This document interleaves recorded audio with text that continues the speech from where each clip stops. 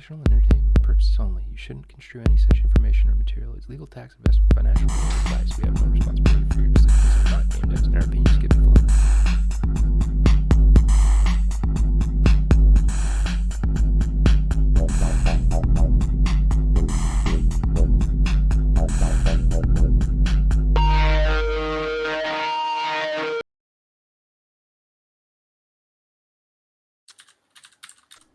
Welcome, everybody. Axie Chat, episode 53. Here we are, and we're excited. We're past a year now, so we just kind of coast, right? I mean, I think we just got to stop talking about it at this point. We got to move on to better things. Primarily, this I think is the topic of the day. I cannot. Oh, it's cutting out. Oh my gosh. Whatever. It's there. There's something there that says wood. Okay, I brought props. Not working. It's killing me. Jesus, green screens, man, just ruining the party. All right. Yeah, sometimes. Welcome back, everybody. Yeah, man, I'm excited to be back. It feels like every week just flies by, and here we are on Tuesday again, Axie Chat. So yeah, it's crazy. Yeah, man, I can't wait to see what you packed into these slides. Other than hopefully more of this. I Spy Wood game.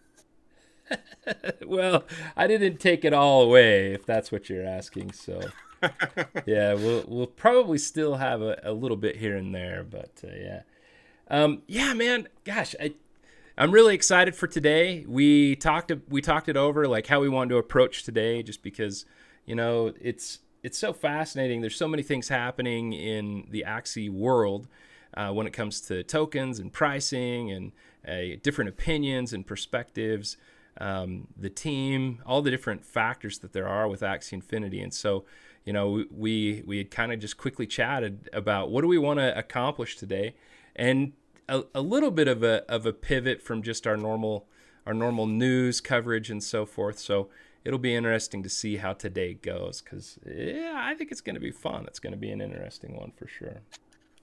Bring us in. All right. Well, here we go.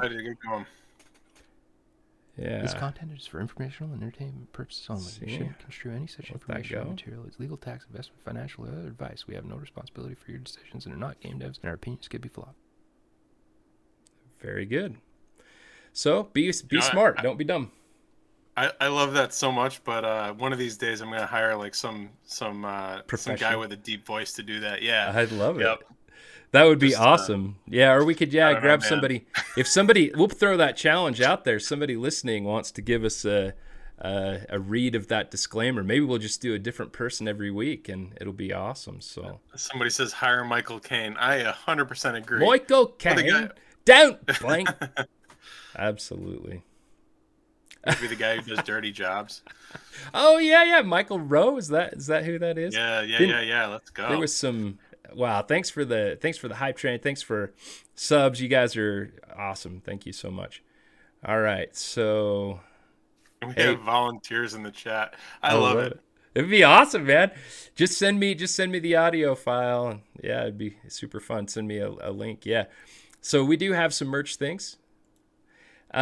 There has been some news in the Axie space. We'll just hit a couple things before we get right into it, because I think you and I are going to have plenty to talk about. It's going to be an action-packed episode as far as things we want to cover.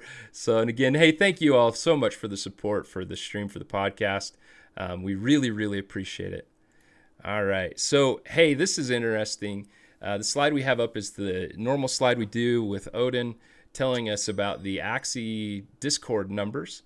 And as everybody knows, I think everybody knows, we completely maxed out the Discord for Axie Infinity. Literally cannot have any more members of the Axie Infinity Discord. And they've added the two new. We talked about that last week. They have the Spanish and the Philippine server now, which is awesome. Right. Yeah. And I saw a tweet from Jiho today. He laid out the biggest Discords in the world so far. And it's Genshin Impact, Splitgate, Minecraft, Fortnite, Mr. Beat, and Axie Infinity. And I don't even know if it's fair at this point, because I'm pretty sure most of those don't have multiple Discords. So, we may be leading the charge at this point. Yeah, it's incredible, because we actually have, if you add it all up, right around a full 1 million members of the various different Axie Infinity Discords. So just incredible. Yeah. I don't think the other ones have that. I don't think they've split off into different Discords. Right. Not to mention, I know the mod team's pruning that pretty heavily. So people who aren't active are getting cut. Which again, if you're looking to have the top Discord in the world or the most populated, some of those other ones might not be doing that just for record's sake. So we've got the most active Discord probably in the world as well. Yeah, I absolutely agree. It's really neat. It's a good metric. It's fun to see different metrics that we have for how engaged people are in Axie Infinity, and this is a great metric for sure. So there has been some stuff happening before we just dive headlong into the abyss. Let's talk about some of this stuff. This stuff was amazing. So the slide I have up on the one side is Tito Newfound. Newfound is amazing. He just absolutely is like he's like a walking art piece. I just absolutely love it. He had hula dancers and stuff as he brought us in last week. It was just absolutely incredible. If you aren't following Newfound, I don't know what you're doing. You better do it because you're gonna be amazed at all the stuff that he comes up with. So way cool. Not to mention he's got great taste in clothes. Like this guy is a trendsetter. Look at absolutely that Axie Chat sweatshirt, hoodie. Yep, love it. Absolutely. Always repping the Axie Chat. Thank you, Newfound, and we will do our best to always rep you because you're amazing. All right, so Yield Guild is they are running a Yield Guild Open. It had so much demand that they had to increase it from 32 teams to 64 teams. So that's happening August 28th through 29th. Nearly 35,000 in prizes. Kind of just depends on the Axis price at the time. Who knows? It might be 70,000 in prizes by the time August 28th and 29th get here. Depends on what the Oracle tells us today. And we did have the first esports tournament, Axie GG. We had Axe and Chief giving a great stream there, and Elijah came home with the win on that one. Yeah, man. Great to have esports happening again. Very, very pleased about that. One thing, because it wasn't Axie related specifically, that I thought about putting up here on the Stuff Happens, Visa did something. What did Visa do? I mean, in the last little bit? What was it? Yeah, so for those of you living under a rock, Visa is showing their support for crypto and NFTs in the form of purchasing a CryptoPunk for their, I don't know, Treasury or whatever. They're holding a CryptoPunk. So I think they paid $175,000 for it, and they made it the profile picture for their Visa News Twitter account. All really cool stuff. I mean, it just shows that more people are potentially coming into the space, or at least that corporations are now showing their support and I don't know, trying to foster a community in the space as well. Yeah, absolutely. I think it's awesome. Would have absolutely loved to see him pick up a Mystic Axie, but I get it. Punks are kind of this classic thing that they have the highest sales right now as far as PFP NFTs, and so it makes a lot of sense for them to want to splash and hit the punks. So, and yeah, pretty cool. Again, guys, just thanks so much for your support. And also, so one that we had on here was a beginner's guide that Coinbase put together. That's pretty incredible. They recently listed Axis. It's one of their approved coins, and that's pretty freaking cool too, that we have Coinbase putting together a beginner's guide to Axie Infinity and posting it on Coinbase itself. I missed that. That's awesome. They do a lot of education with the various currencies, at least. And if you guys are just delving into the crypto space and need to get your hands on some cash, they do have a good series where you complete a quiz, and I think they give out like $30 a quiz or something like that. It's not always available. It's based off of availability, all that. But they are giving away money and educating people onto what different popular crypto, currencies are. This is cool because now they're kind of bridging into what is this play to earn game? How do you get involved with this play to earn game? So love to see it. That's cool. Yeah, super awesome. And it's also just great to see other third parties and larger people in the crypto space doing some of these things as well, and having it relate around Axie Infinity. I don't think it'll be too long. I mean, we already had Delphi Digital. We've had others acquiring Axie assets, rare ones in particular. I don't think it's going to be too long before, maybe VC even picks up a Mystic Axie. Because, I mean, it sounds like we're pretty close to maybe getting some of those fiat onboarding, offboarding things done. And, God, why would any payment processor not want to be involved, whether it's Visa or somebody else? But it seems like all they would be doing would be losing out on potential fees. So I guess we'll see what happens. All right. Hey, we didn't highlight this one yesterday. It feels like yesterday sometimes. Last episode. But Sky Mavis has put out some new web addresses that are very, very useful for people who want to get involved with Axie Infinity. This first one is welcome.skymavis.com, and it can take you right through the 4-step process to get started with Axie Infinity. I wanted to show the second page because it talks about creating your Ronin wallet. Just remember, there are a lot of scam wallets out there, and for some reason, the Play Store is not making sure that those are being removed quickly.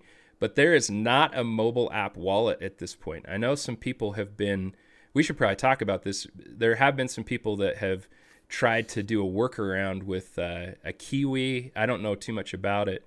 Yeah, and it's probably not a good idea to throw any particular organization under the bus at this point in time. Right. But yeah, I mean, to your point, yes, there are groups that are trying to make Axie a workaround accessible via mobile, and currently a lot of our players are Android only, so it makes a lot of sense that they would want to enable that. That being said, there is no current mobile Ronin wallet, and we don't support any external Ronin wallets. And so what we've seen some reports of, and it's I don't even know if this. I don't even know if we need to report specifically, but that because there's no official wallet, you are risking any involvement with any hack job or any attempt to make it work without an official source is going to possibly be a scam. It's going to possibly, or at least enable scammers to do things. So I think the important thing is there is no official mobile wallet yet. And you don't know who is in charge of the private keys of the mobile wallets that are out there currently. Bingo. So use the official ones, use the ones on a computer if you have access, and then manage everything through there. Yeah. Very, very important. Absolutely.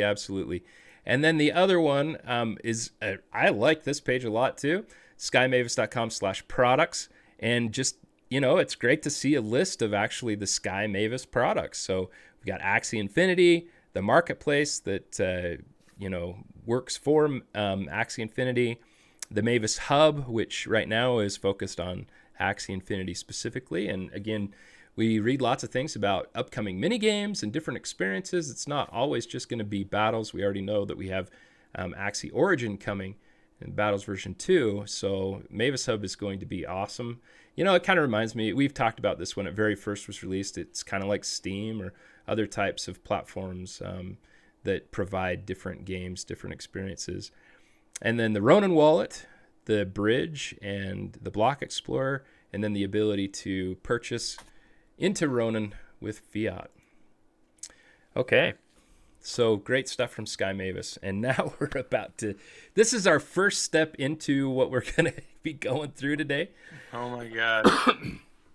So guys, I walk in blind every day. I'm about 2 minutes late lately with vomit on my shirt for my 2-month-old son every episode since I've had him. So I have no idea what's in store for us, and I'm just excited as you are.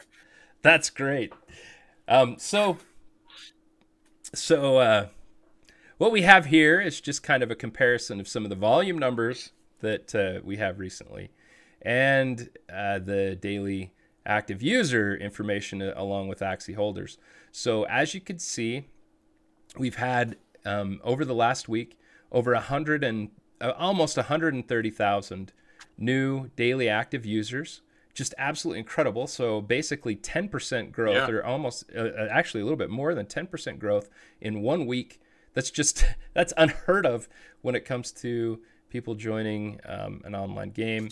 And then Axie holders, if you look at that one's kind of amazing to me. Is over 200,000 new wallets that are holding Axies. And what's so amazing about that is this is the first time, and you guys can look at these numbers, they're available publicly. But this is the first time we actually have more Axies in wallets than we have in-game battlers, which that's an interesting figure there. So almost 70,000 more wallets holding Axies than in-game battlers. Yeah, I can see you processing that. It's a little counterintuitive because we were looking at those numbers last week and trying to figure it out. And I think there's some metric where if somebody logs in a certain amount of times, it counts as two people or something like that. So I've honestly been watching that Axie holders more than the daily active users recently. Those are active, newly created wallets in a lot of cases. That's 200,000 over the last week, new created wallets. So cool stats for sure. Yeah, way cool. But again, just shows us that we have amazing growth, absolutely amazing growth in this space. Well, let's look at the sales chart. Still absolutely phenomenal. In 1 day, $24.5 million US dollars in volume. 56,535 Axies were sold in the past 24-hour period. In the last week, we've had almost 195 million in total volume, with 441,000, almost 442,000 total Axies sold over the last week. When we look at the month number, it's just amazing. It's just shy of $1 billion, $971-ish million in total volume, and over 1.7 million Axies sold in a 30-day period. It's just incredible numbers. So I guess this is how I wanted to start off the discussion, because it's not all going to be just super fun things to discuss in some ways. Oh boy. But I mean, the numbers are absolutely incredible. And so I know there's a lot of people who live or die by the particular prices of the tokens. Like, they have such a short-term view. And I don't care if you're a scholar or you're holding, your Coco or whatever, you're holding just gobs and gobs of Axie digital assets. Looking at it from the view of just tomorrow, just like what's going to happen in the next couple of days, is always going to be either thrilling or disappointing. You really have to take a longer viewpoint. Or I guess it could just be boring, right, if it just all stays the same. But you and I, and we've said this multiple times, it remains true. There's no question about it. We're in this for the absolute long haul. We're looking at what decisions can be made now that are going to make this sustainable and good 3 to 5 years to 10 years to 15 years into the future. The baseline for all of this being good for years and years to come is more and more people being involved. We've now, very strongly crossed the 1 million daily active user threshold. We're almost to 1.5 million total wallets holding Axies. We'll probably hit that by the time we have Axie Chat again. It'll be interesting to see. But where are we headed? Like, I was looking at numbers, incredible. May 27th, 67,000 wallets with Axies. Jeez, yeah. I mean, we have grown so incredibly much. It's just absolutely wonderful. It's absolutely phenomenal. It doesn't seem to be slowing down. I do know that people get a little bit frustrated again about certain pricing. But things look very, very good for Axie Infinity moving forward into the future.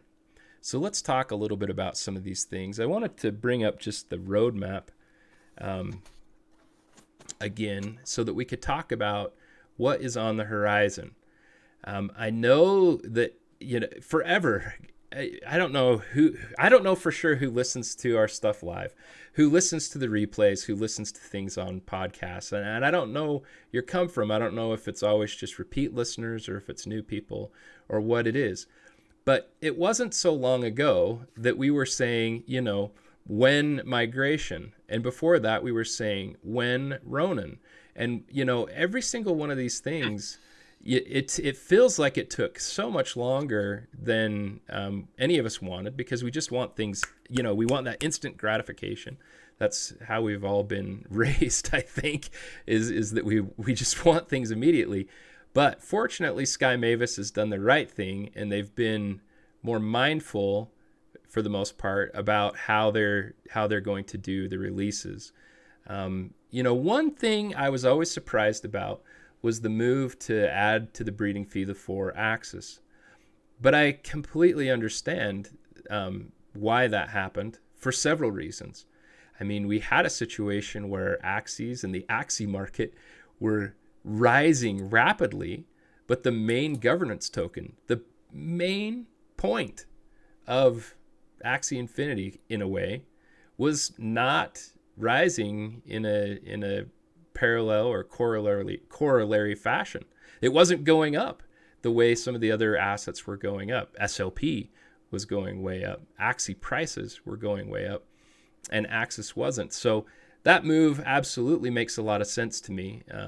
But again, there are consequences to any move, particularly ones that feel a little fast, because for the most part, the team is very, very patient. They don't make quick changes, but they just barely had raised the axis portion and then raised it again, and it ends up having consequences.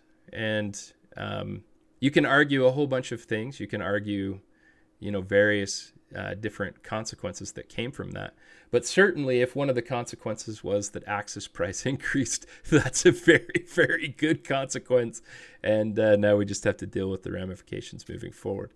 But so what do you think, Oracle, when DEX, when some of these things that we see here in this, when staking, I mean, you thought it was happening really soon. Are we still in the soon? They've been keeping us on ice. It's been a while since we've had any big updates, right? And remember back in, I don't know, March or May or, one of the M months, I'm pretty sure Jiho said something about its launch season or something like that. Am I mistaken with that? Did he say that recently? I think it's been said a couple times. The most recent one was a flurry of releases, and that was maybe that's what I'm thinking of. That was very recently, yeah. Okay. So yeah, I think staking definitely within the next month. DEX, I kind of think that it requires staking a little bit. So I'm going to guess early Q4, probably the following month. I think that we're going to get to a point where we're getting releases every 2 weeks. I know, man. I really think so. And if you think about it, that's exactly what happened last time, right? Last year, it got to like October, and it was every 2 weeks we were just getting blasted with releases. So, it'll be interesting to see if that trend holds up. But it's possible based off the stuff that's on the docket. Yeah, and so somebody asked in the chat, and I think it's worth mentioning, like, I wonder if the Ronin DEX will have a stable coin, and I imagine it will have whatever coin. I don't know. The bridge right now only accepts certain tokens, right? But I imagine that it will open up other tokens, and I would expect like USDC or DAI, or we have some of these reward tokens. I assume that we have relationships with some of those folks who drop tokens, so maybe those. I don't know why you wouldn't want to have a. Are you guys saying that SLP isn't a stablecoin? is that going to rub people the wrong way? No, I agree with you, though. I think anything should be bridgeable over to Ronin. I mean, So why not? if it's right, there's no reason for it not to be. So if it would be helpful to the broader community, they might as well. And honestly, knowing that the team is going to own that Dex, either they or the people involved in the ecosystem are going to be getting the fees. So anything that's going to have a high volume of trading is going to be worthwhile bringing in, because it's going to continue to pad the pockets of the people that are involved in the Axie ecosystem, rather than pushing them out and having that go on to Uniswap or Sushi or something like that. Yeah, and I've definitely argued in the past, and I don't know if that's where, let's see, Clyteasy. I've argued in the past that staking and the DEX probably come kind of hand in hand, but there's absolutely no reason staking couldn't come first. I don't. It kind of seems like there could be some issues if the DEX comes first. So I don't know. We'll see. You can read into that whatever you want. Battles V2. I'm hoping that we get some more word. Hopefully we can, get another update fairly soon. I mean, we're almost getting to the end of this month now, so we're probably going to get another developer update fairly soon. I love those. I read every word of those over and over and over, because I want to try to get whatever I can get out of them. But I anticipate we'll get some more information about Axie Origin. Already what we've received, both from the developer update and from the announcement of Season 18, with regard to Axie Origin, has been phenomenally great and interesting. It's neat that the first version of the alpha was completed. It sounds like it was successful, and it sounds like the team learned a lot. So that's great. All right. It's funny or interesting where it says in the roadmap, like, the Axis ecosystem begins. So when people were talking about, different tokens and sometimes doom, sometimes maybe like you and I, overly bullish, overly excited, overly hyped about things. But the ecosystem technically hasn't even started. And I had missed that because I had seen the play to earn. Everybody could see it. You look at the allocation schedule. It looks like we're already almost to a full year worth of tokens that are at least slated to have been released by October of this year. So it's interesting to see that the play to earn is attached to the beginning of the Axis ecosystem. And that feels like that is pretty close to staking, but it is listed in the roadmap as after the land gameplay as well. Oh, land. Right. You mean there's something called land? It's still coming up. Yeah, I know. I mean, it's still listed as Q4. So fingers crossed on that one. But you make a good point. Is the Axis ecosystem begins in late 2021, early 2022, and underneath that is play to earn. Everybody that's talking about SLP and the death of Axie because SLP is going down a little bit. I say a little bit, but it's technically half of what it was at its high, although it's 15, 20 times higher than it was at its lowest. So we could look at that from a bunch of different perspectives. But the main point of this, the main play to earn aspect of this, the main play to own aspect of this is that Axis play to earn component. Once that comes out, people are going to be playing the game and earning access. They're going to be earning ownership in the economy, and people are going to be staking that for the rewards as well. So it's going to do a lot of really interesting things to the overall Axis price. And if that price keeps going up, I have a hard time believing that they're going to cut the rewards that are already kind of written in stone. No, they won't. Just because the price is higher. So now people are earning more because that price is going up, right? They didn't cut the price of, or the rewards of SLP because the price went up to 30. They left it as is. In fact, now that it's going down, it looks like they're going to potentially, there's some options to potentially boost that price back up again. So that they want to have these tokens hold some sort of value, hold a long-term value. And as they continue to add more tokens into this economy, and just jumping back, the reason they want these prices to hold their value is because this is the point, a big portion of the game, right? Axie created play to earn. If you have a game where play to earn isn't earning you anything substantial, then what's the point? People just jump to the next game. So it makes sense that they're going to try and continue to foster these, decent prices for these things. Yeah, and it's interesting. Go ahead. Just real quick, and you can jump right back in. But I think that the real question there comes down to a person's expectations with respect to pricing. SLP is an extremely valuable coin at 13 cents. It's an extremely valuable coin at 10 cents, frankly. I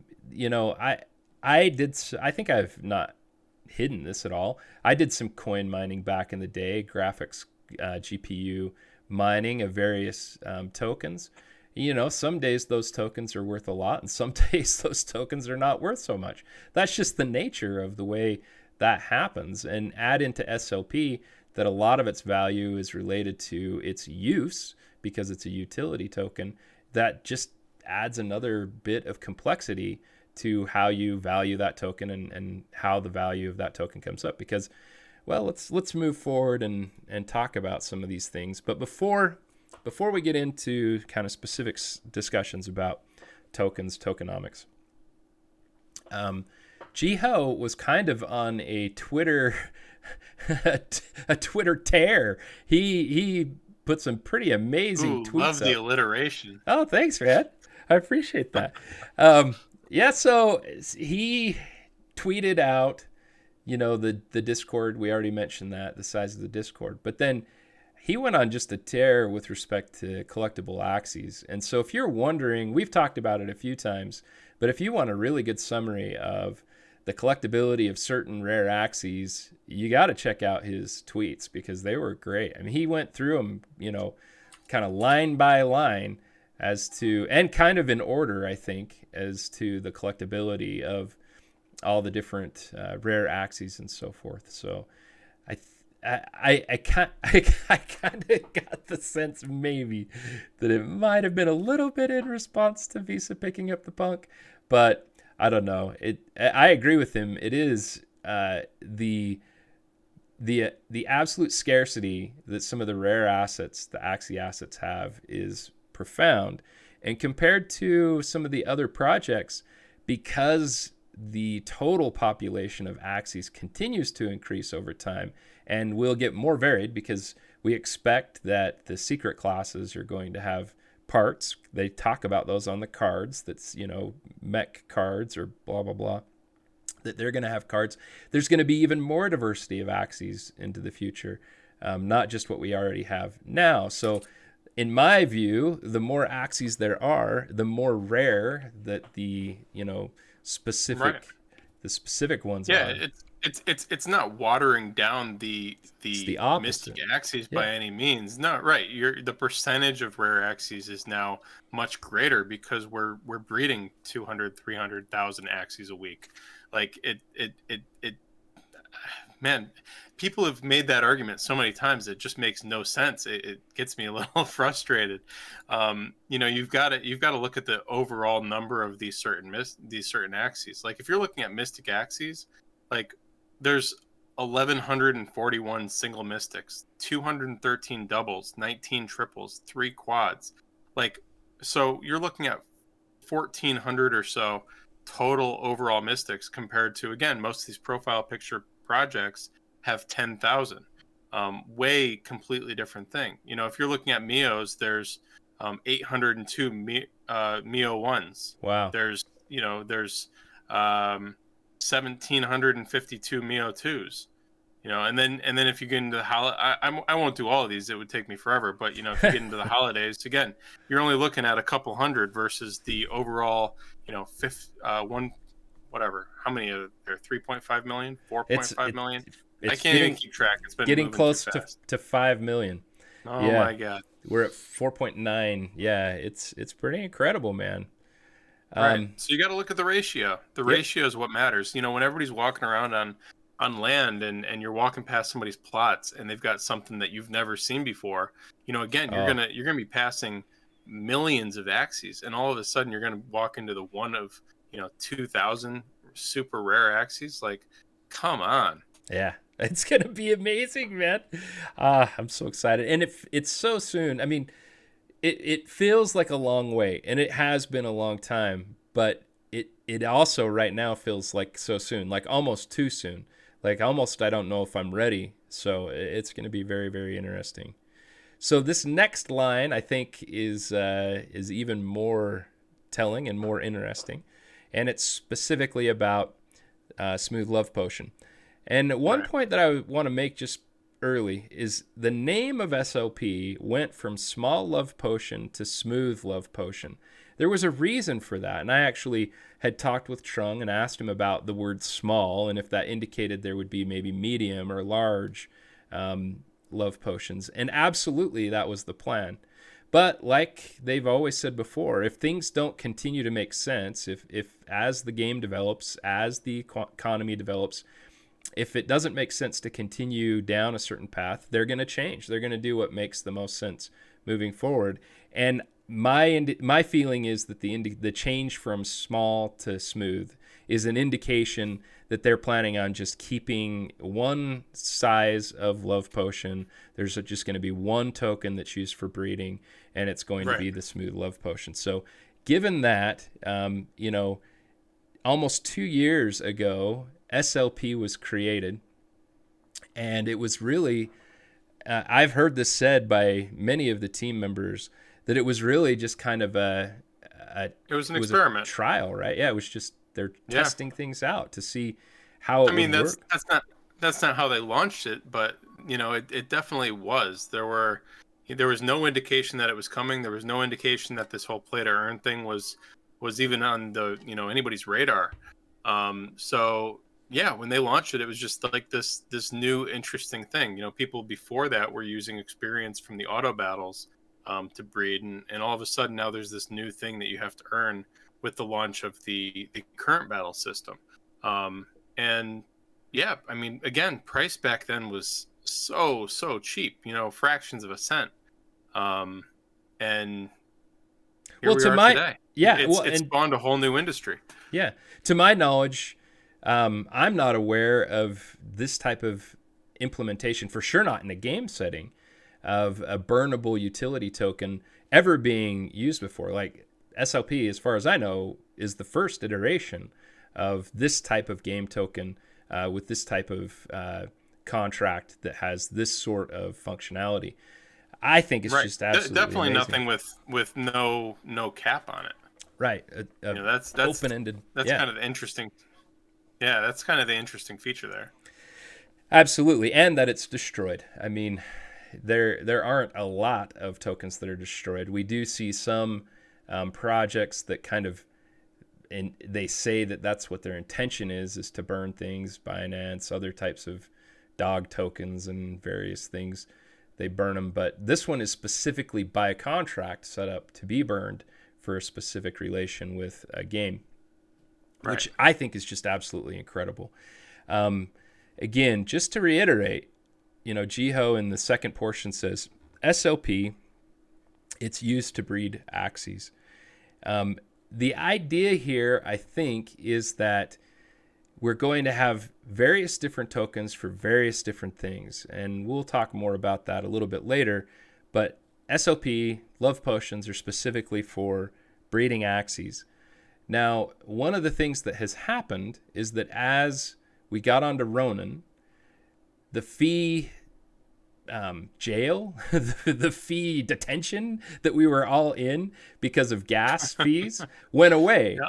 And so suddenly everybody is way more excited to jump into Axie and have an experience with Axie Infinity because it's, they move their Ethereum onto the Ronin chain, and then they're in a gas-free environment. Much, much better than being locked into the main chain. So we just had this huge growth. We had lots of people getting into the ecosystem. We had lots of people onboarding. And when that happened, because the demand is so high, because you have so many people, the demand goes so high. What happens with Axie prices? Well, they go way up. And so if the Axie prices are going way up, the token, that means breeding is going to go way up in order to meet the demand. And that means the token is going to be in demand in order to create more Axies. And so we see I almost want to say artificial, but it's not artificial. It's actually a market reaction. So it's actually a natural free market reaction in that those token values will rise. It could be, though, if you're looking at it and you see a huge growth spike, that it could be a temporary result. So not artificial, but perhaps temporary. Okay. And to me, that makes absolutely sense. You're going to have cycles, and we've talked about this before. So if you have that portion of a cycle, then you're also going to have the portion where there is not such rampant interest. Maybe it goes sideways, maybe it even declines just a little bit. And we know that we had, I think he says it right here. Maybe it was, hadn't ramped up production by playing it. I don't know if that's what he means there, but I mean, we actually had a scaling issue where nobody could breed for a period of time, and people literally couldn't play the game for a period of time. So we had just that type of barrier that had to be overcome. And we talked about it. This is his kind of sixth part.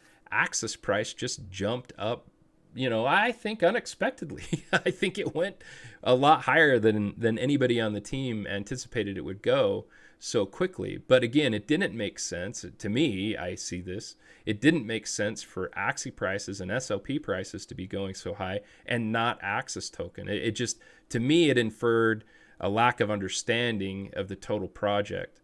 And I've said this, and I'm probably going to take flack for it, but I think an overfocus on SLP, also, I'm throwing out freaking company terms. An overfocus on SLP indicates, in my opinion, that someone hasn't engaged fully into all of the information that's available in the white paper, all the information that's come to us through the developer updates, and all the information about what is likely to happen into the future. Man, I've talked a lot. Yeah, but you crushed it. I mean, you nailed all the important points here for sure. Awesome, thanks, man. So, moving on. Now we're in a situation because of that when we have a little bit of a decline, when Axie prices go down, and maybe that's the result of a change in the SLP earning system, which obviously it is, because if you have to earn it through PvP, and to do well in PvP requires certain Axies and not just any Axie, then suddenly there's going to be a striation in the types of Axies that are going to be more desirable. And, if an Axie can only earn half by just mindless play of what it could earn before, those Axies are going to be seen as having less value.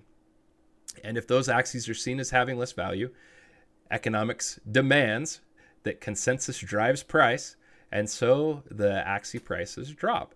And if the Axie prices drop, well, guess what happens to the token that creates those? And guess what happens to people who want to create more Axies? The demand goes down. And so we don't have as much demand to purchase SLP. We don't have as much demand to buy Axies at certain price points. And so we end up in a situation where there's going to be a surplus of SLP. So, hey, I have a question for you while we're through this.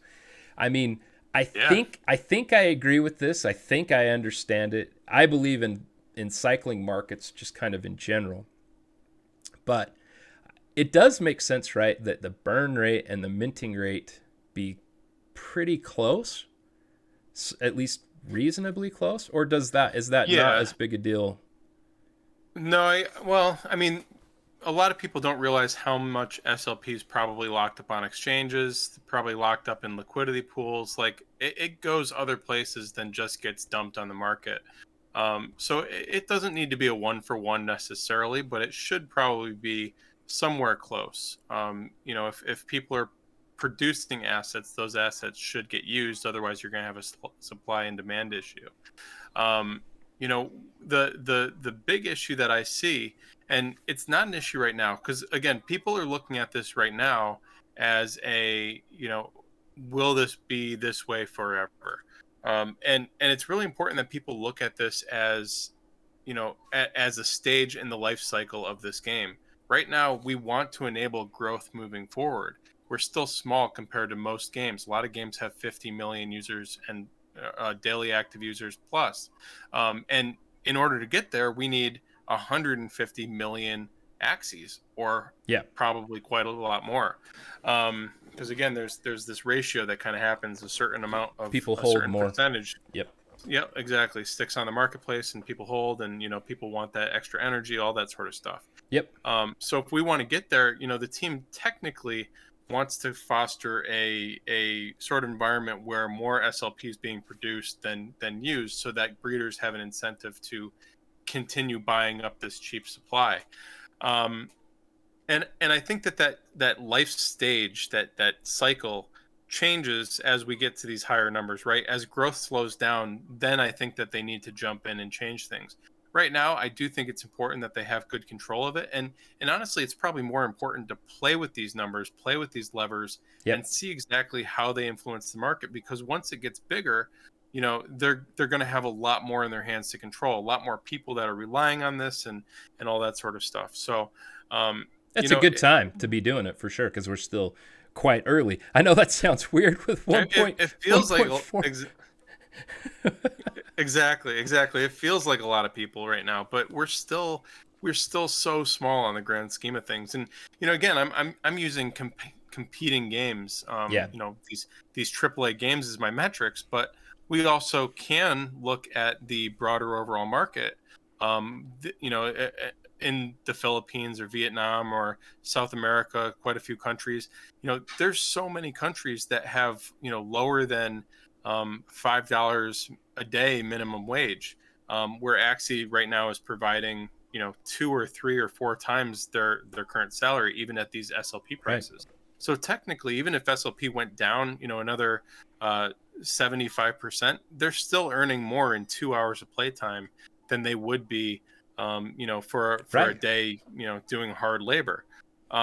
So I think that there's a lot more room where it could go down before it starts affecting the game. Obviously, it's not as nice. Everybody wants to live it up and, enjoy life with high wages. But right now, this SLP thing is not that big of an issue. Yeah. Long term or short term, I think. Again, there's a lot that they can do to change things. And, again, once they start adding all these other tokens in here, I don't think people are going to care what the price of SLP is, because if the price of SLP is, $2 and they're earning, half an Axis a day at, $200, they're making 4 times more than they are now just because of this new token being introduced to the economy.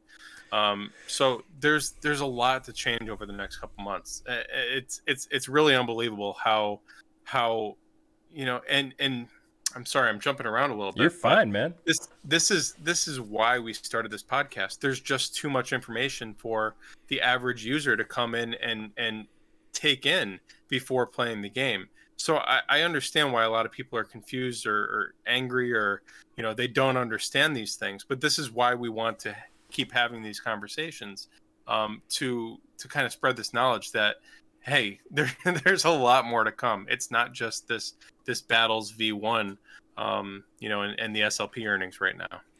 Absolutely, and that's exactly where I want to head. But I think it's good for us to kind of finish discussing SLP in general. And yeah, it's amazing how much is to come. It makes me a little sad when people get overly focused on the price of one particular token.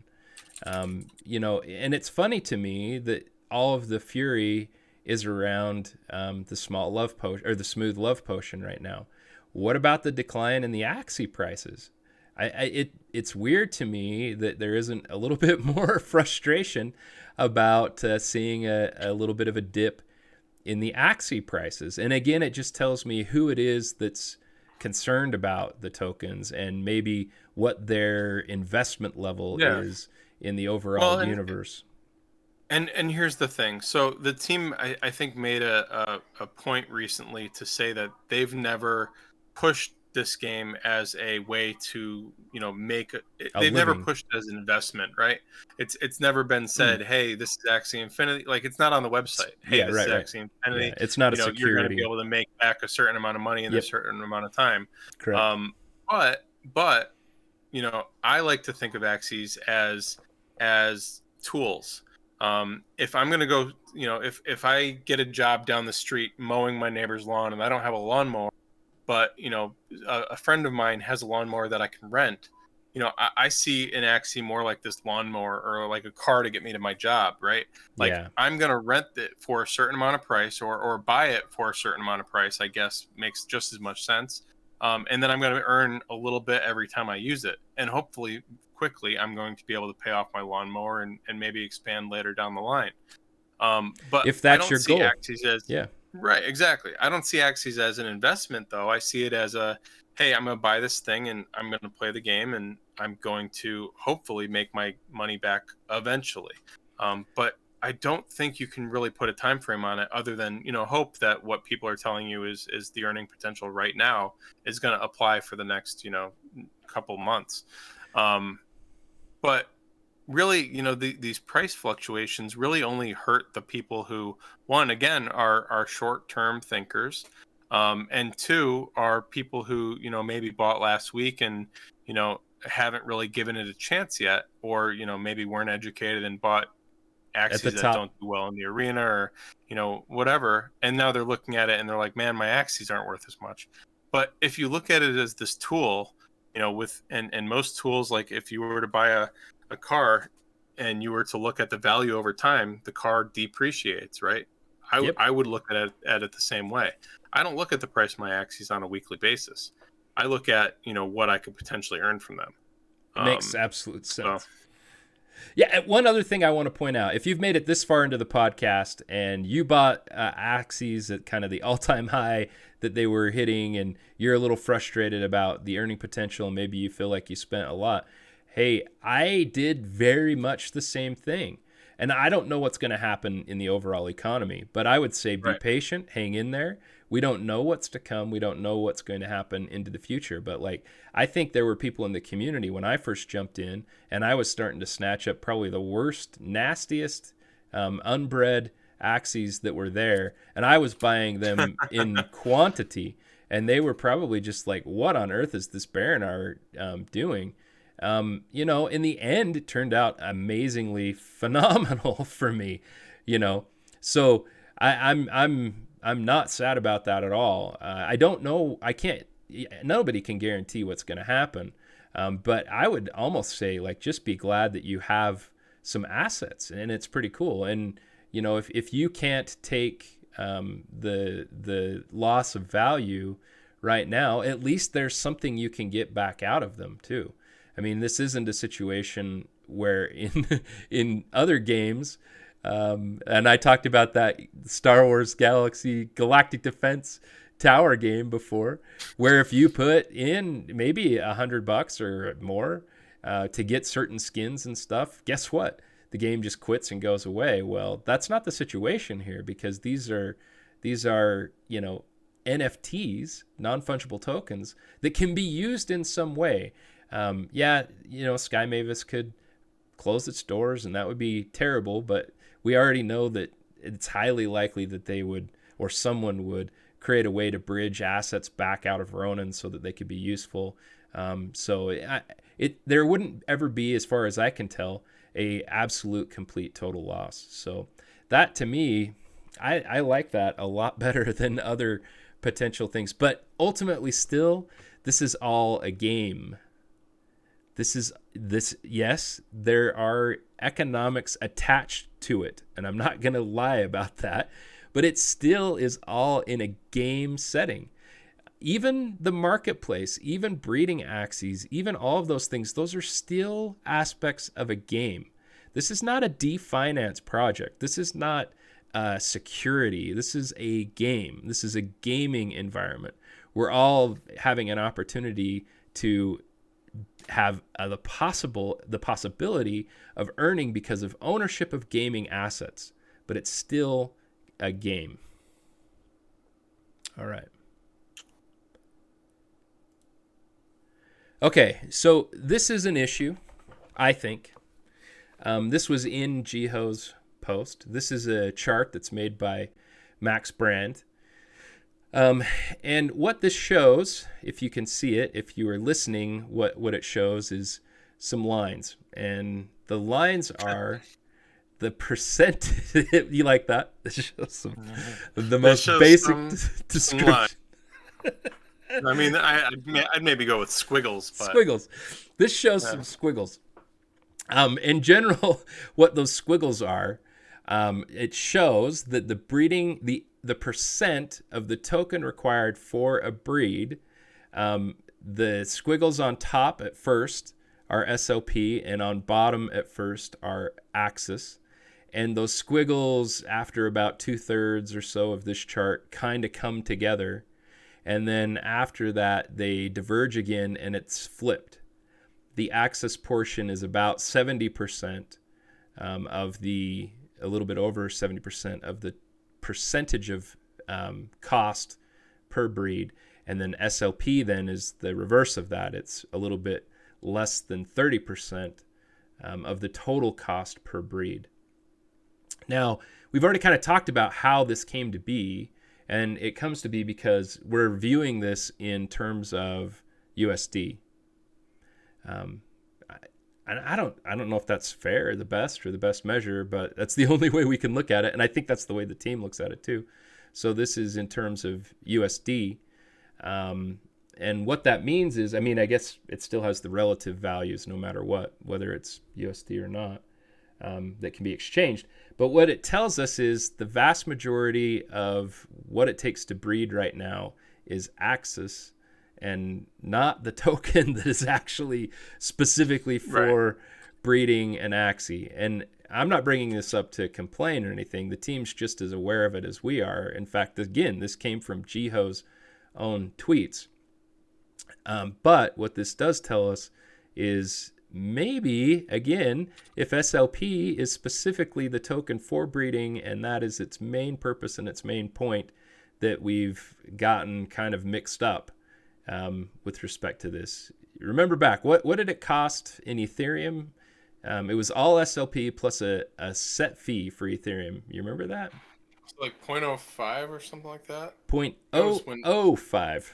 0.005, yeah. Yeah, 0.005. It feels like forever ago. Yeah, it was a while ago. But it was just right before Ronin. So it wasn't all that long ago. Which is crazy. Crazy, huh? So this seems to be an issue. The team's aware of it. Oh, before we move... sneaky peeky. Before we move on, the team has talked about specific ways that they're going to address this. I think we can wait to talk about the specific ways that they're going to address this, though. Sure. Okay. Let's do it. So I made this just inspiring... It's a beautiful chart. Oh, my God. Inspiring bit. It's almost artwork, I'll admit, but, you know, it's a chart. This is the SLP life cycle.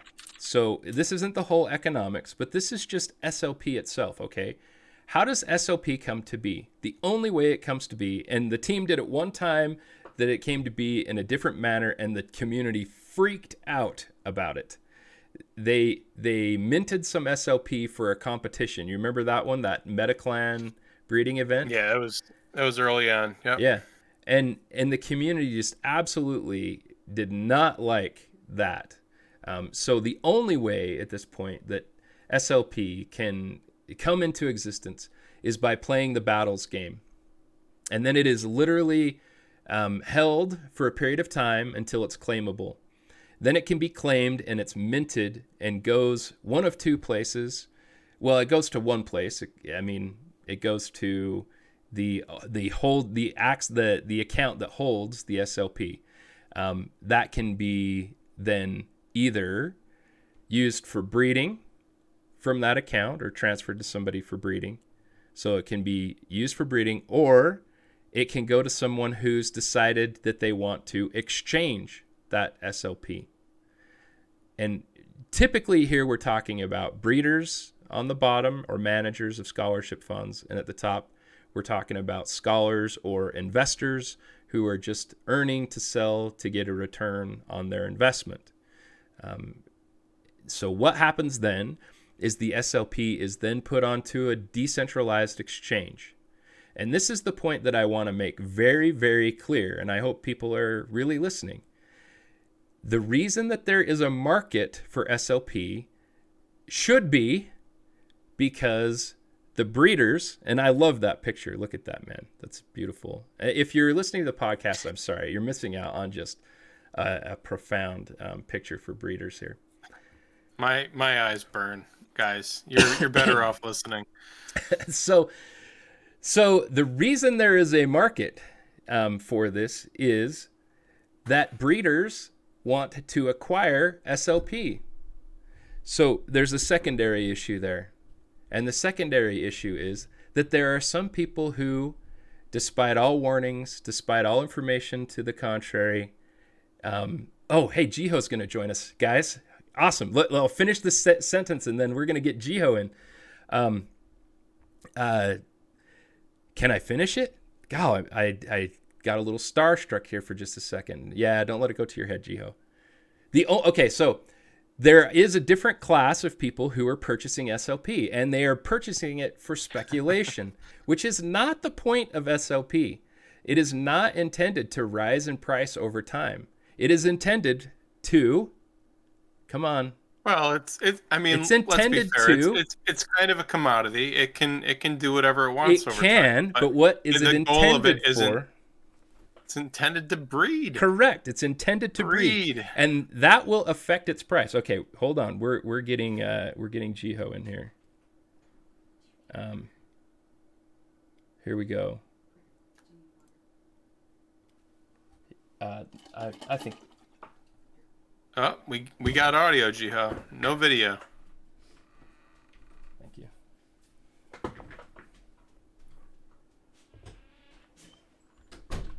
Ooh, nice water delivery for baronar. Yeah, man, that was pretty awesome, huh? Who's that water girl? All right, let's see. She's pretty special in my life, I'll be honest.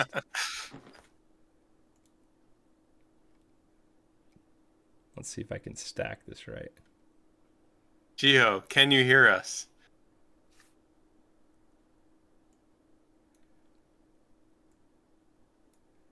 Oh, lost him. Oh, here we go. Oh. Maybe. Hey. There he is. All right, I got to start. Morning, handsome. What up? It's not morning. I'm in Cali. Oh wow. Okay. Hey. Surprises every time you call in. You're in a different location.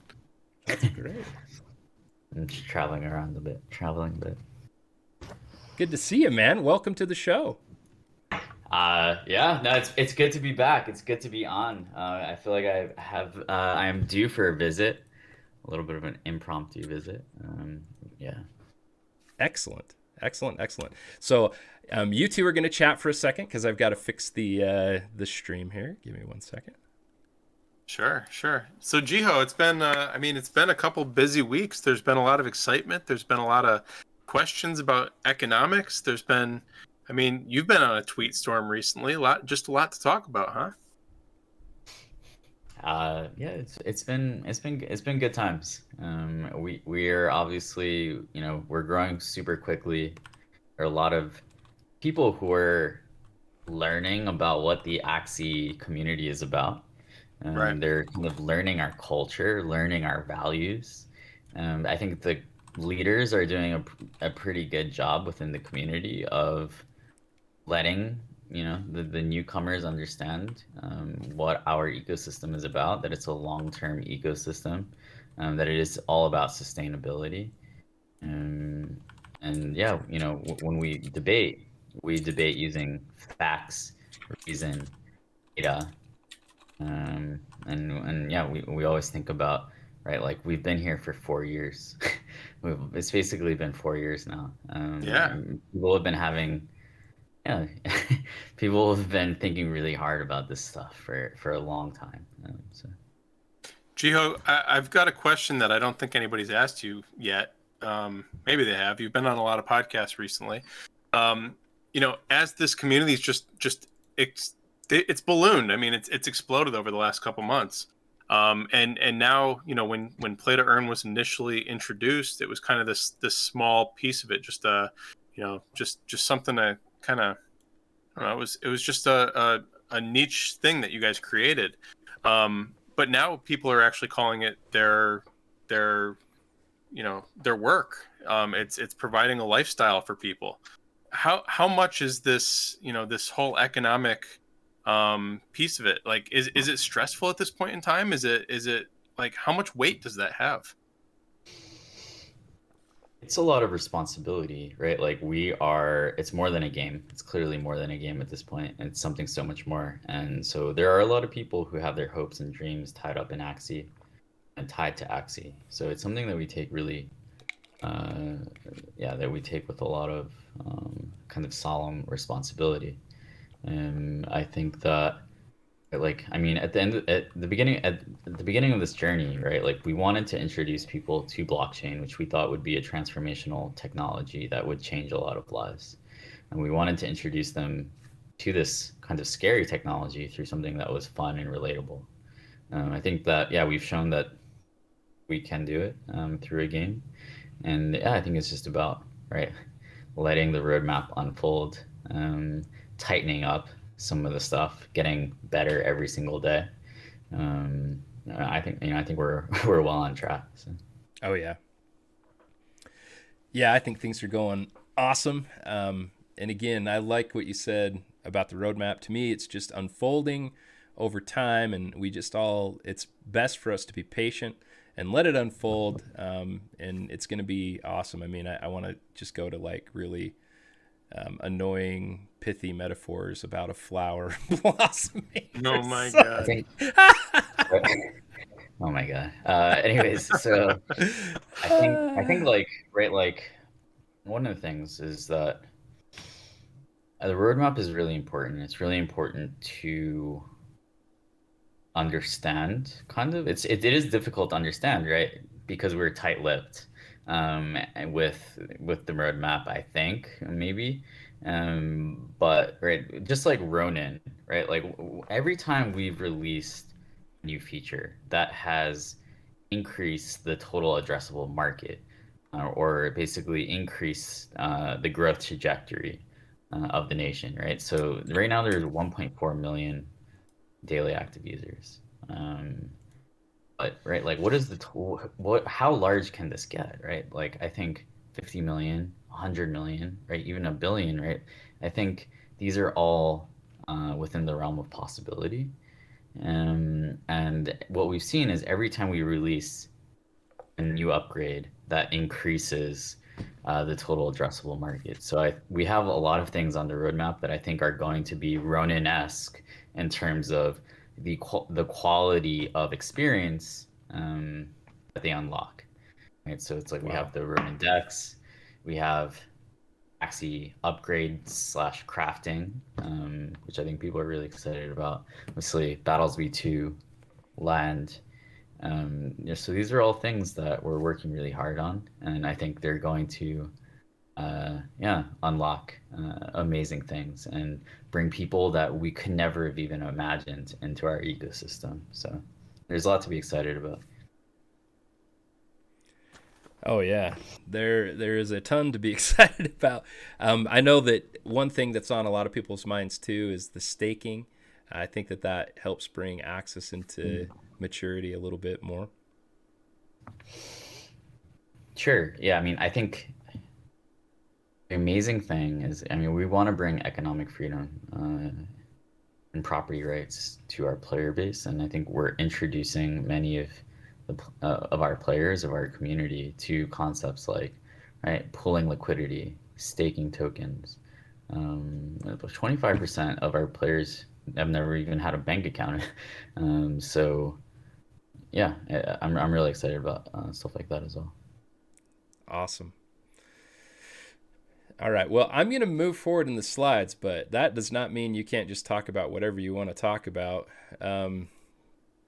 So this was kind of something I wanted to point everybody to, and you kind of mentioned it, the upgrades, but I think that everybody just gets so hung up on the SLP token right now. They lose track of how broad and how expansive, how vast the Axie Infinity experience is meant to be. And I just kind of wanted to point out again, like, there's a lot of things that are coming that are exciting. And is every single one of these things going to be exactly how it shows up? I don't know. I can't. We don't. You probably don't even know, Jiho, for sure, because things change as time goes on. But when we look back to some of the original materials and we see, a whole litany of resources that will be represented as ERC20 tokens, there's just going to be a lot to do, particularly once land hits and when we have the decks. There's going to be a lot more robust economics because there's going to be tokens within the Axie Infinity universe that are going to be exchanged with one another, and there are going to be opportunities to capitalize on value in those exchanges depending on what's happening and what's exciting at the time and what people want, what the demand is. And that's part of what a market is about. A market is about demand and supply and all those sorts of things. And again, sometimes it comes down to perception. Consensus is what drives value a lot of times. And I just am excited for there to be more opportunities for consensus. It's not necessarily about land because, you've talked about, the team has talked about that one of the Axie syncs, one of the plans, and this is both in the release materials and back in the white paper, is that Axies are planned to be released in order to obtain crafting ingredients. And so it's not as though these additional tokens or whatever the upgrade token, whatever that might be, is only going to be obtainable only by people who own land. And not only that, I know that the eventual plan is that people who don't own land are going to be able to participate in a meaningful way on land as well. I mean, I haven't said anything wrong in all of that, have I? I hope. I think like, right, like you can look at these past statements that we've made to figure out how our minds work. That makes sense, right? It's like you're understanding the principles, the way that our minds work, and yeah, a lot of what we release, right, will be should be in line with stuff that we've put out there in the past. So. Excellent. Well, I'll take that as a soft, acknowledgement that I'm not completely off base, but I'm really, really excited for these things to come. And, I'm not so excited about whether SLP is at 10 cents or 20 cents in the next couple of weeks. I'm way more excited to see what happens for the future of Axie Infinity and to see where that goes. And I'm excited to hear, I think it's my very next slide. No, it's not. I'm not sure. I think we might have already passed it. So I'll leave this slide up, though, for a second, because this is kind of an overview that I can't remember the name of the person, but it's from Axie Pulse. They put together this kind of chart for the Axie economy, and I thought it was quite well done. Obviously, it's kind of reflecting what we see right now and not kind of predicting or seeing what is going to come into the future and the different things that are, in the white paper, trying to make sense of those. But I think that this is a good way to look at the overall economy in this moment.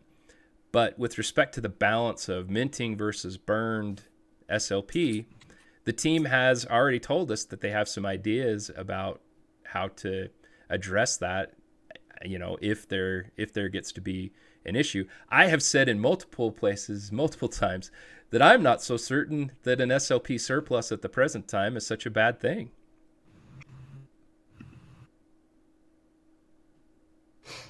There like we've gone through, as I mentioned, right, in the tweet thread about SLP or whatever.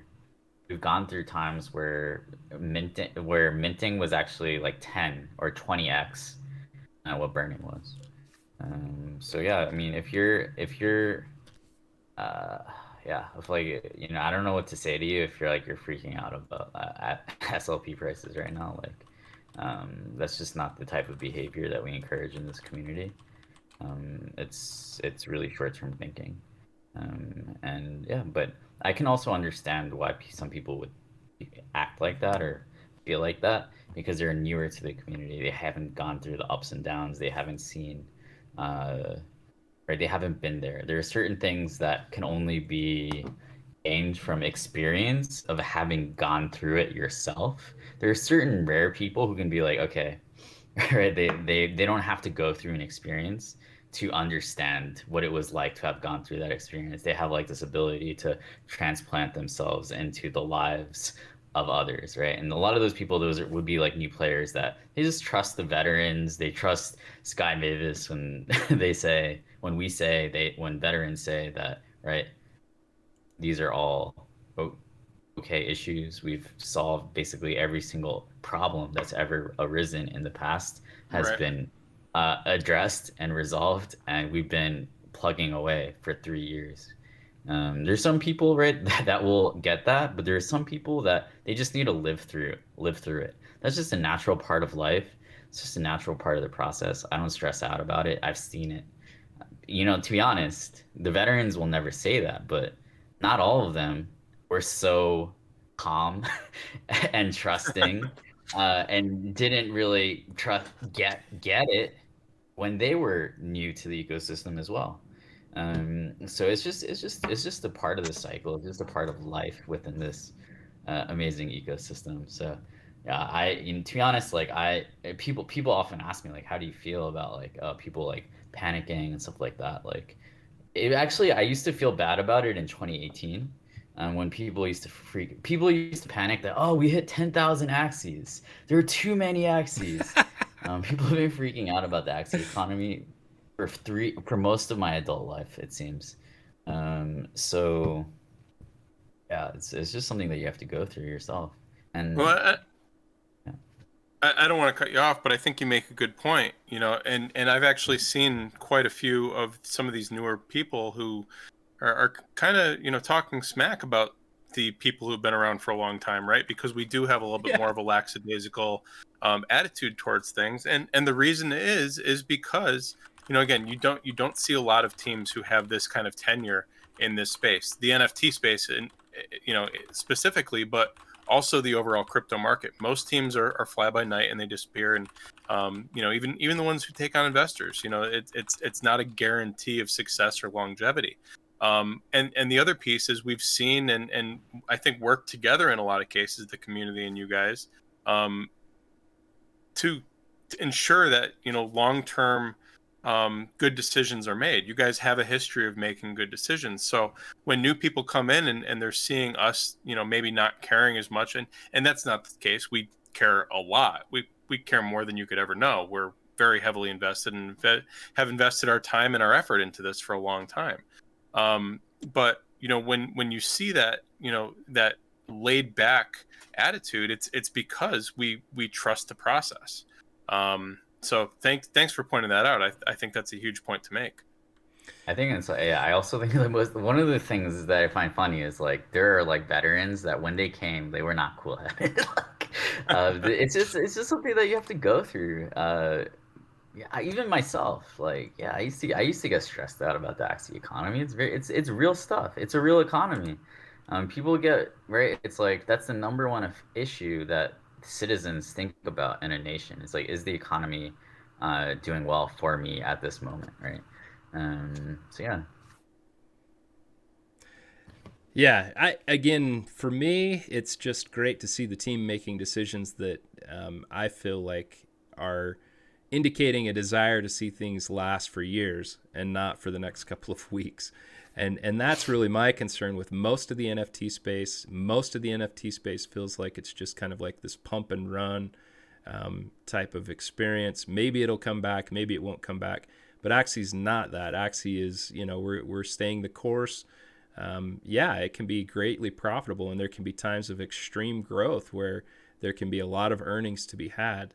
But overall, it's this consistent, steady, healthy economy that I appreciate the team giving their best efforts to foster. So, yeah. All right. So the Treasury is doing phenomenal. And when I put this slide together, I was just so excited about it because finally I was able to, because I'd seen that it was really close to $1 billion. And I'm just like jabbering here because I'm so excited about it. But the amount of access that's in the Treasury, and again, that portion has been said by the team to be part for sure of the community Treasury, is now over $1 billion in value. And of course, that'll fluctuate depending on different prices. But when I was able to take this snapshot, it's actually higher right now because Axis is almost at 73 instead of almost 71. So $1 billion in the Treasury, Jiho, that's just incredible. Wow. I mean, that has to be a huge thing for you because I don't even know. I'd love to hear your thoughts. Like you are part of a game, an experience, a digital nation that now has $1 billion that is set aside in an address for the community Treasury to be used for all the purposes that are set forth in the white paper. I mean, how does that make you feel? What do you think about that? Normal? Yeah, He's going to say normal. Oh, dang. I was hoping. I didn't even know that we hit $1 billion, to be honest. I'll be maybe excited when we hit $1 billion of ETH in there. Maybe. I'm not sure. It's cool. It's definitely it's a milestone to celebrate, I would say. But yeah, like, there's too much to think about. There's too much to do. So we don't really celebrate things. Maybe like when we all meet in person, we can celebrate. But it's cool. It's cool. Like, we need to keep pushing. Like, the Treasury, it needs to be really carefully thought about when it comes time to it, right? To maybe enable the fee switch, start getting it out to stakers So I'm excited about it. And it's an amazing milestone. I also, I strongly recommend that, if you're a new player, you might not even know what the Treasury is, right? Right. I recommend taking a look at the white paper, really reading it, and getting to understand this ecosystem that you're now a part of. It's set to do a lot of really, really great things for the community. It's going to be a big boon moving forward in the future. Gonna allow a lot of things to happen. I'm excited to see some of the Treasury funds maybe being assigned to different projects, different goals, different tasks that the team might want to do. So I know I'm excited to see some of that being used.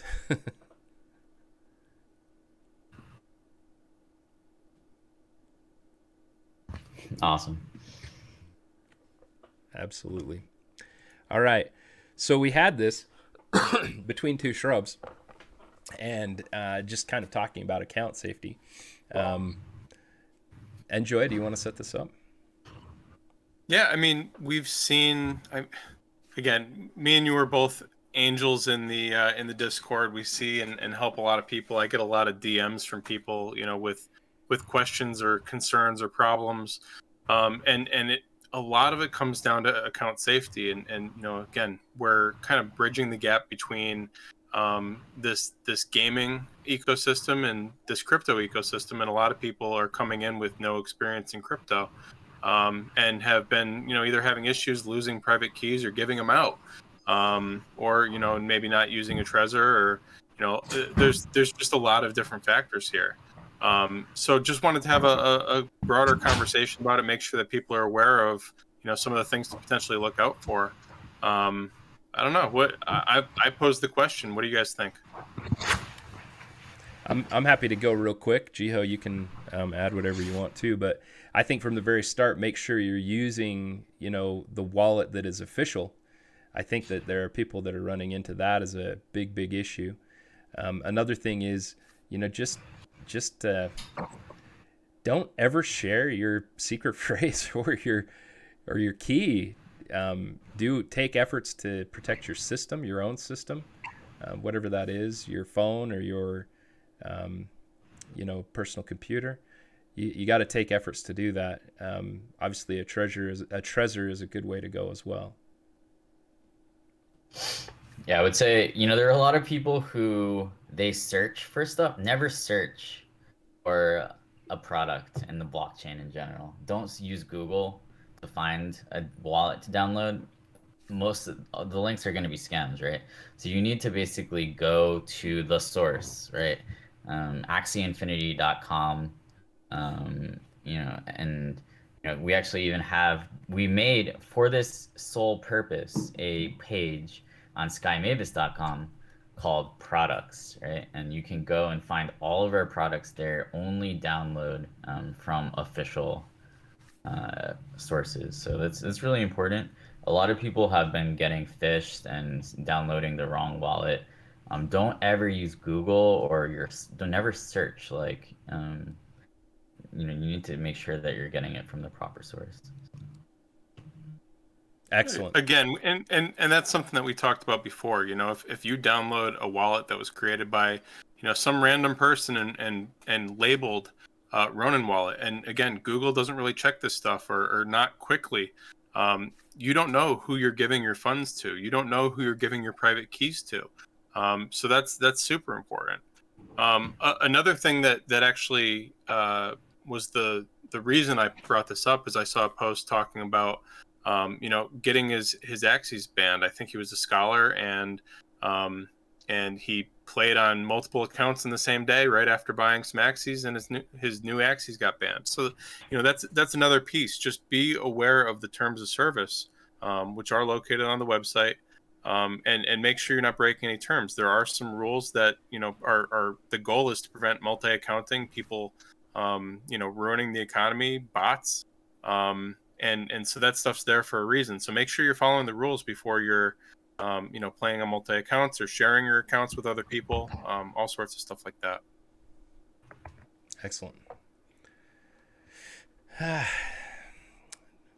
We're Digital Nation Rising.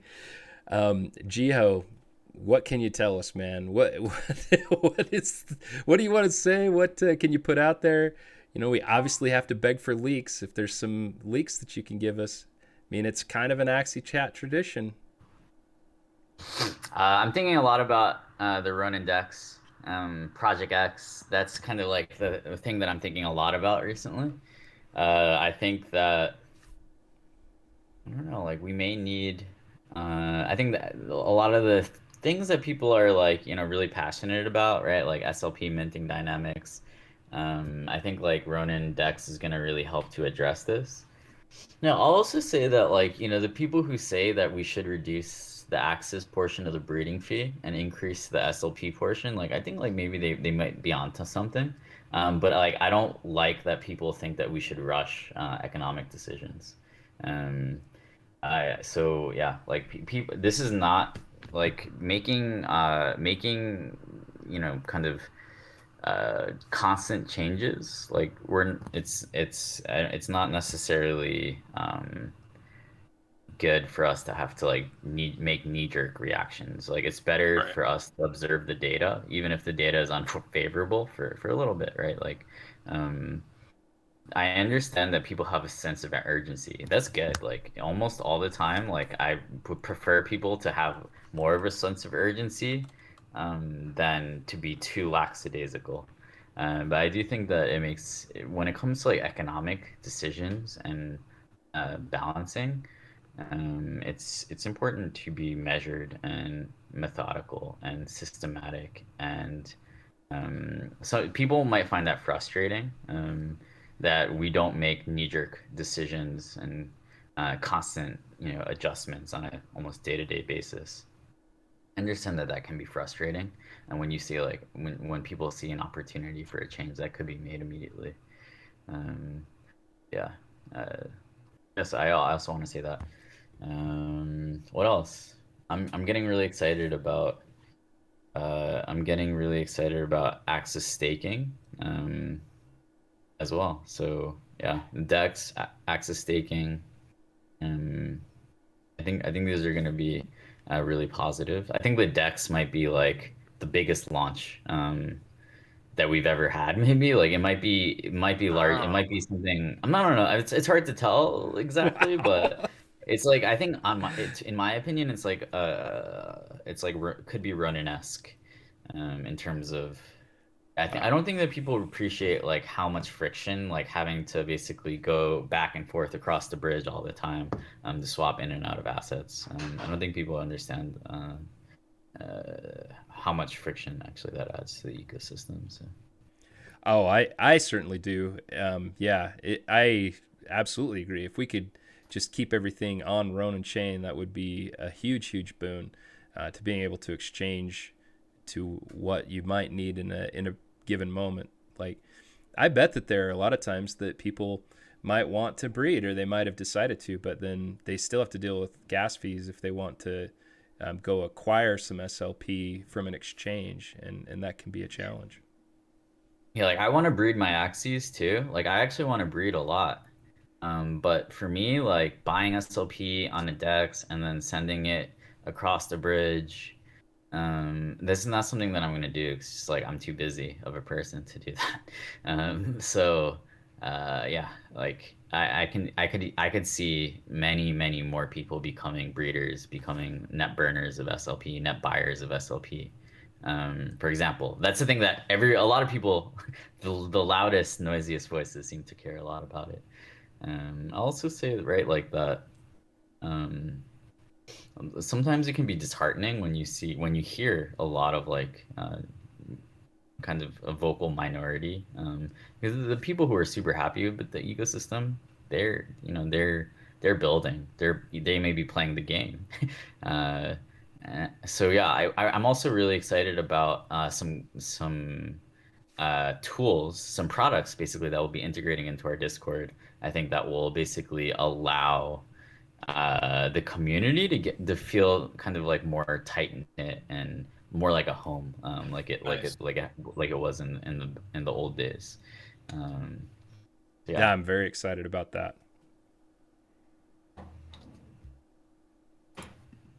So what's next?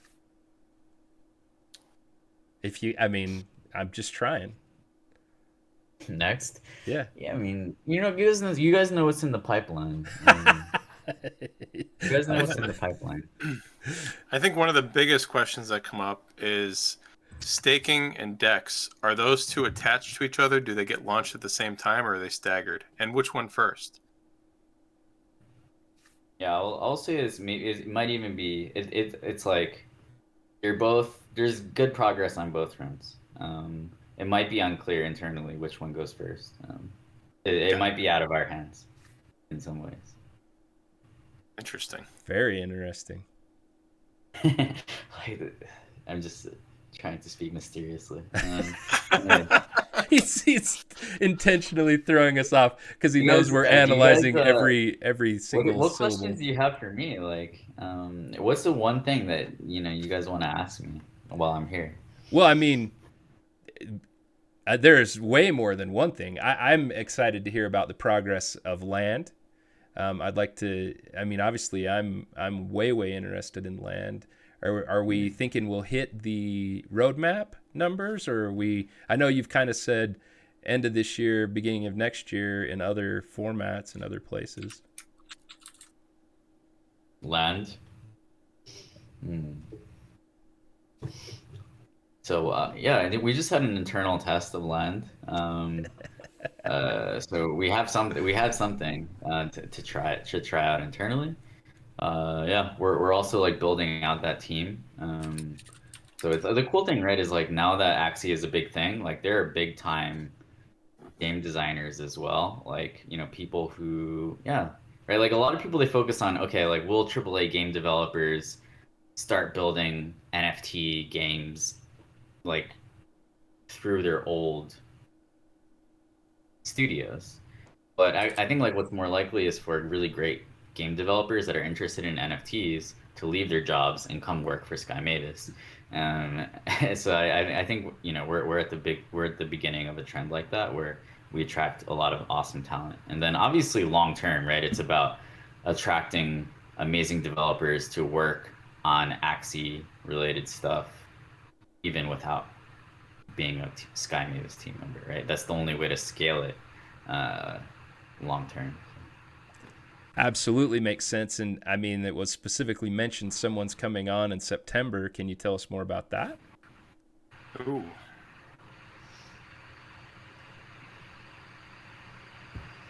Yeah, they're coming in September. I'll find out more when they're here. But the LAN team is really excited about them. You can't say who or whatever, I guess, or their background, or maybe some information about them. Do you have their resume? Can you pull it up right now? Oh, maybe we'll introduce them to the community when they arrive. That's a good idea. I think that is a great idea. You've inspired me. You've made a difference. Yeah, I'm sure that's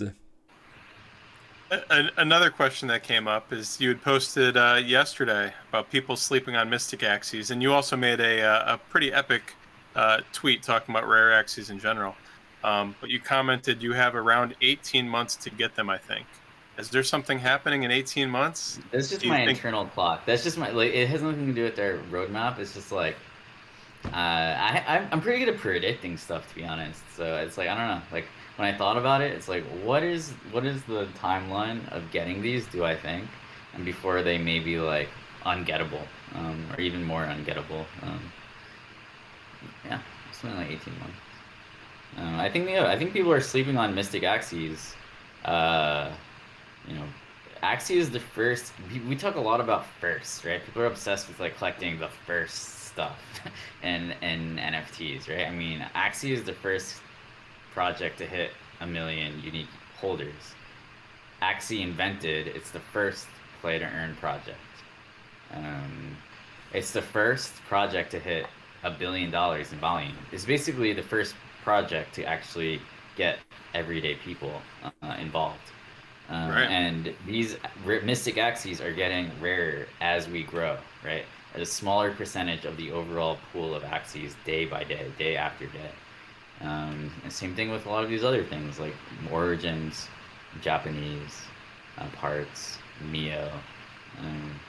I mean, like, I love them. I can't get enough of them. Yeah, at a certain point, I'm gonna start rage buying them. So I know you were. That's also why. That's also maybe why I was saying 18 months. Like, slow people down so you can acquire some more. I know that we get asked this a lot. People wonder about this quite a bit. Like Mystic Axies or tagged Axies. Are there plans already for those to have, some sort of special functionality moving forward into the future, whether that's Axie Origin or whether that's land play? We're talking about Mystics? Yeah. Or other tagged Axies. Yeah, so we're thinking. Yeah, I see. Yeah, we're thinking about it right now. Like what cool stuff we can use to make them more special, make them feel more exclusive. We're thinking about it. Masamune DM'd me, which is rare. So. About that in particular, right? Maybe. Gio, I love it. I feel bad half the time pushing you on this stuff because I don't want to make you feel uncomfortable. I don't want you to feel like you can't, show up because we're just asking you everything. So, Enjoi, do you have another question? I don't want to. Yeah. I used to give away Mystics. I gave away a Mystic at NFT NYC 2019 to some random dude. And then he sold it, and then I bought it. Anyways. Paid for your own Mystic. You bought your own Mystic. I don't know. So it was a good buy. It was like I bought it for 0.73. So Battles V2, which we found out is Axie Origin on the roadmap. The alpha has apparently already happened. Is there anything in particular? Like I'm assuming there was some feedback or some things that you needed to change after testing. I'm assuming that's what alpha means. Is there anything in particular that you guys are trying to button up at this point in time to make that ready for mass release? It was alpha. It was pretty limited in its scope. The alpha only had PvP, very light version of PvP with only starter Axies. So we haven't like added like blockchain Axies yet. It was quite a limited amount of content. I think it was people really had amazing first impressions of it, which is actually honestly like was the most important thing that we were looking at. There were some like there were some small to medium maybe things we need to think about regarding the mechanics. But yeah, I mean, in terms of alphas, I think it was like the most polished alpha. Like first look to any live player. I think I was really impressed. So yeah, that was kind of like a first glimpse, I think, of like what happens when you add more firepower from the game design part. And I think like our artists are just incredible. Like they're really outdoing themselves. It's like another entering into another universe. So yeah, that's what I'll say is like people really love the art. People really had really great first impressions and first playthroughs. I think yeah, it because of the content was just so limited. It was hard to get an understanding of the long-term replayability. We did find some mechanics that we think need to be changed.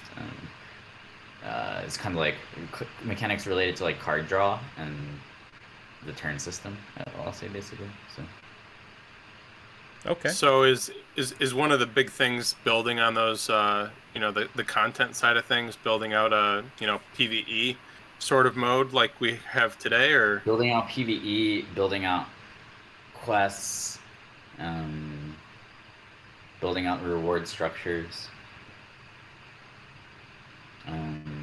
upgrading parts. I was going to say, how about that upgrade system? That a lot of people are part of that. So people, right? Like the thing that people are most excited about, to be honest, like I just surveyed for this, and like people are most excited for Ronin decks and Axie upgrades, right? It's because those are actually missing links. They're actually like gaping holes, to be honest, that are going to shore up a lot of the issues in the ecosystem. It takes some time to build, right? It's like, if we didn't have issues, we wouldn't have anything because like there's always ways to get better. So yeah, like I think like also a lot of the people like a lot of you guys like really understand the ecosystem quite well and have great suggestions. It's just like people have to realize that if they propose a feature as a fix, right? It's like, that's something that takes a really long time to build. So people are really excited about burning crafting with Axies, right? Using kind of releasing quote unquote burning, but not killing, not burning Axies to get materials. I think I tweeted, right? Like my ideal universe is like you send off your Axie forever, and then they send you like stuff in the mail. Right, and then it's kind of like there's a luck based element to it, right? It's not just like it's not so transactional. It's a little bit more cute and whimsical. I played this game called Travel Frog, which is like it's a Japanese game. It's crazy. Like basically you send off this frog on an adventure, and then he sends pictures, gifts to you or something. And for some reason, there's something really special about like wanting to see what your frog sends you. Anyway, so that to me that something like that would be really cool. Not saying that it'll happen, but I think like at least you're understanding at least my thinking on it. So I love it. I think that's a great idea. So I asked you what's next, but the next question is the one we always hear all over the place, and that is, when is the next thing that happens? Regardless of what it is, do we have releases happening weeks, months? The Oracle tries, but the Oracle failed on the last one. Days? Sorry, what happened? So Enjoi was confident staking was coming. Was it after last episode or was it? I don't remember. I block it out of my memory. I mean, every time I'm wrong. you've been right so many times. We were all super hopeful. So, I guess staking seems ready to me. Like, to be honest, it seems ready to me. But like release, yeah, I'm not exactly sure when it's gonna get released. So, wow, that's amazing. It's but like it's looking good. So it's a push the button. I really like the dashboard. The staking dashboard. You're killing me. Oh gosh. I think they did a good job. I mean, everybody heard that, right? He just said that he likes the way the dashboard looks. This dashboard for staking that none of us have seen. Wow. That's exciting. I'm gonna leave. I have to leave. I'm hungry. I haven't eaten today, so. Well, hey. Thank you so much, Jiho. Thank you for coming. And again, anytime. I hope you can. I know that your schedule's changed a little bit, so maybe you could come. Maybe more often. We'd love to have you.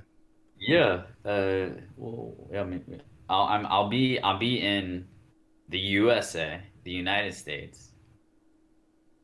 I'll be here for a little bit now. So I'm going to be at NFT NYC. So looking forward to hanging out in person with many of you. Wow, that's awesome. Cool. All right, well, we'll go ahead and wrap up so you can go because we don't really have a whole bunch left. Axis August. Yes, we are in it. It is awesome. And just remember, we do the exclusive side as well. And thank you for supporting us. We really appreciate the support of the show. Jiho, thank you for coming on. And hey, everybody, freaking Axie hard. And it sounds like there's just amazing things to come in the future. Have a great day, night, time in Lunasia. Jiho, any final parting thoughts? Yeah, so what I'll say is I think a lot of the people watching this stream, yeah, like you guys are trying to stay informed, and you're doing an amazing job within the ecosystem. And yeah, never get discouraged or disheartened by the haters. It's just proof that we've made it, that we're getting larger. Yeah, there's a huge funnel of people who are new to the ecosystem that's still getting educated. And please have patience, right? It's like I think of them as kind of like students, as your future, right? Like your future friends, even if they may seem more like a mercenary right now. Sometimes people, right? Like they're it's kind of like in college. If you guys remember college, like I don't know, sometimes if you people will come to an event, right? Or they'll join a fraternity or a sorority at the beginning for like the free food and free alcohol or something like that. But they then basically, right, like start to learn the values, the ideals of their organization. So, please like continue to transmit our ideals, our values to the new generation, and please have patience with them.